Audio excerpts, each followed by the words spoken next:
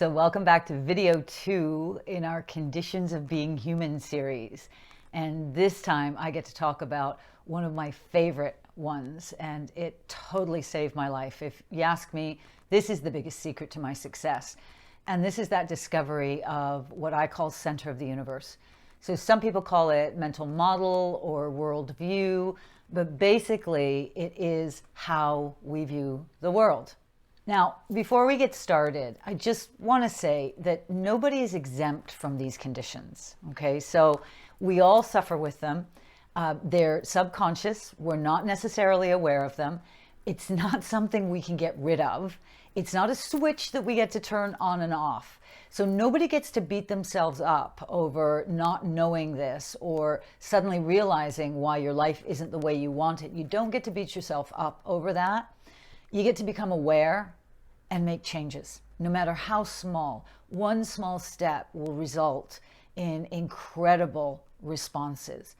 I spend a lot of time talking about this because I think this is the single biggest thing that will change our view of ourselves, change our relationships with others, change how we move through the world.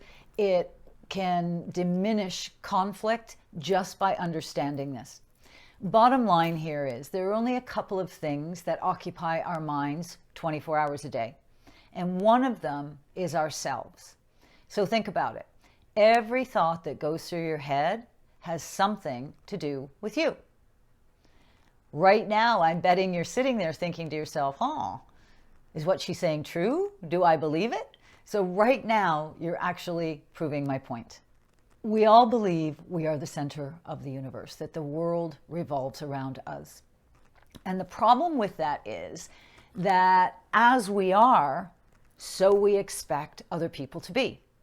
So if I believe certain things, I automatically assume everyone else believes the same thing, except that's not possible because they view the world in a very different way than I do. So we all have these things. Psychologists call them filters, again, part of this mental model. But basically, all of the experiences that you've had in life. So who are you? How old are you? What was happening in society and the world when you were born? Do you have brothers and sisters? You know, what birth order is it? Were you the oldest, the middle, the youngest, one of 12? Who were your friends? Where did you go to school? All of this stuff shapes how you view the world. All of these experiences create these filters that govern how you view the world. So think about it this way. How many of you have brothers and sisters that grew up in the same house as you? And you look at them today and you go, are you sure we're related? Because they're just so different. They just view the world in such a different way from you. And yet they grew up in the same house. So if that's true, what does that say about all the people that you interact with on a daily basis and their view of the world? So the problem with center of the universe is that as we are, so we expect other people to be. And when they're not, we think there's something wrong with them. Or we think there's something wrong with me. But basically, conflict occurs. So let me give you a really simple example of this. If I believe this is a brown magic marker and I'm the center of the universe and the world revolves around me, what color do I automatically assume everyone else believes it is? Brown. Of course, it's brown. And when you say to me, no, Sue, I think that's green, what do I think about you? I think, who taught you how to tell color? No wonder your clothes never match. We've automatically got conflict through differing views of the world. But let's look at how this can possibly happen. How can I possibly believe this is brown? Because I know you're thinking that. I know you're thinking, well, nobody could believe that was brown. But hang on a minute here. We're going to assume for a minute that my mother died when I was born. She didn't. She's alive and well, but we'll assume for a minute that she did. And my father was my primary caregiver. My father was colorblind.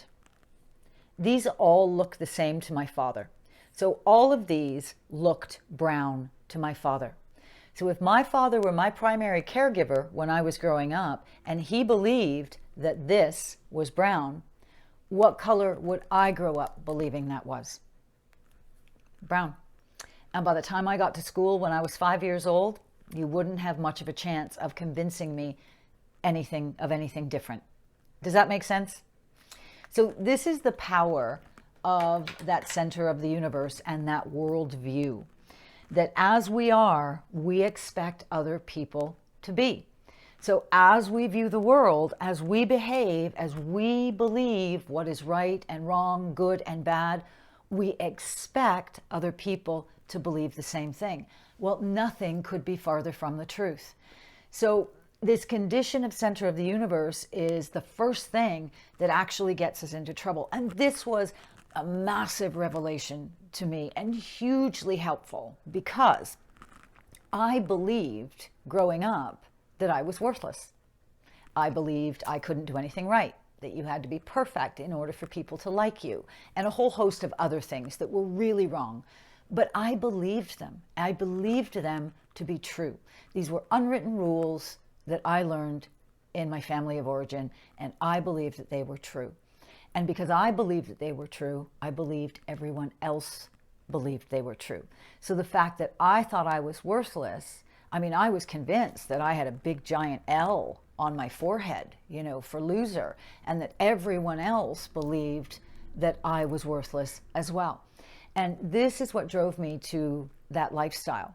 So I tried my hardest to try and fit in, and I never could. And so one day I just gave up. Well, imagine my surprise when I discovered Center of the Universe and discovered that, in fact, my beliefs were just that, my beliefs, not necessarily anyone else's. It was hugely freeing for me, hugely freeing for me. As a matter of fact, one day I was, I don't know, not very long sober, anyway, not very long into recovery. And one day it occurred to me that the life I was living did not match my belief system. Because you see, I believed that I was worthless, right? And center of the universe. Because I believe that, I therefore believe everyone else sees it the same way. I believed I was worthless, that I wasn't good enough, I wasn't perfect enough. I didn't belong, I didn't fit in. And one day it occurred to me that, wait a minute, why then do I have family that still talks to me? Why do I have friends? Why do I have a job that I keep getting promoted at? Why am I in a relationship? And so the two didn't seem to match, because according to me, I was good for nothing. I didn't even deserve to be here. I was like hiding all the time, convinced that at some point somebody's going to see me and, I don't know, send me back where I came from. I don't know, turn to dust and blow away. Not sure what I thought would happen, but it was going to be devastating. And I was confronted with the fact that my life didn't match this set of beliefs. So I set out to find out which was true, mine or theirs. And I went to these people, my family, my friends, my coworkers, my boss, and I asked them, what is it that makes me a good employee? What is it that makes me a good friend?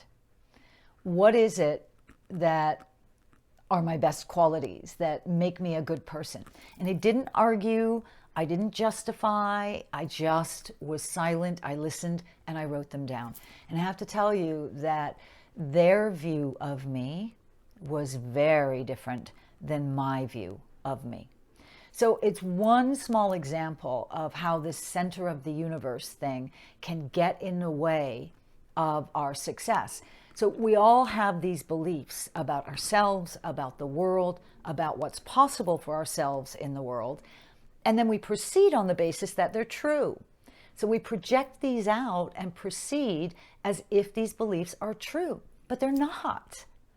They just reside in your own mind. So one of the first things you can do is start to take a look at, this center of the universe principle and how you project your own view of reality out onto the world and expect everyone else to agree with it.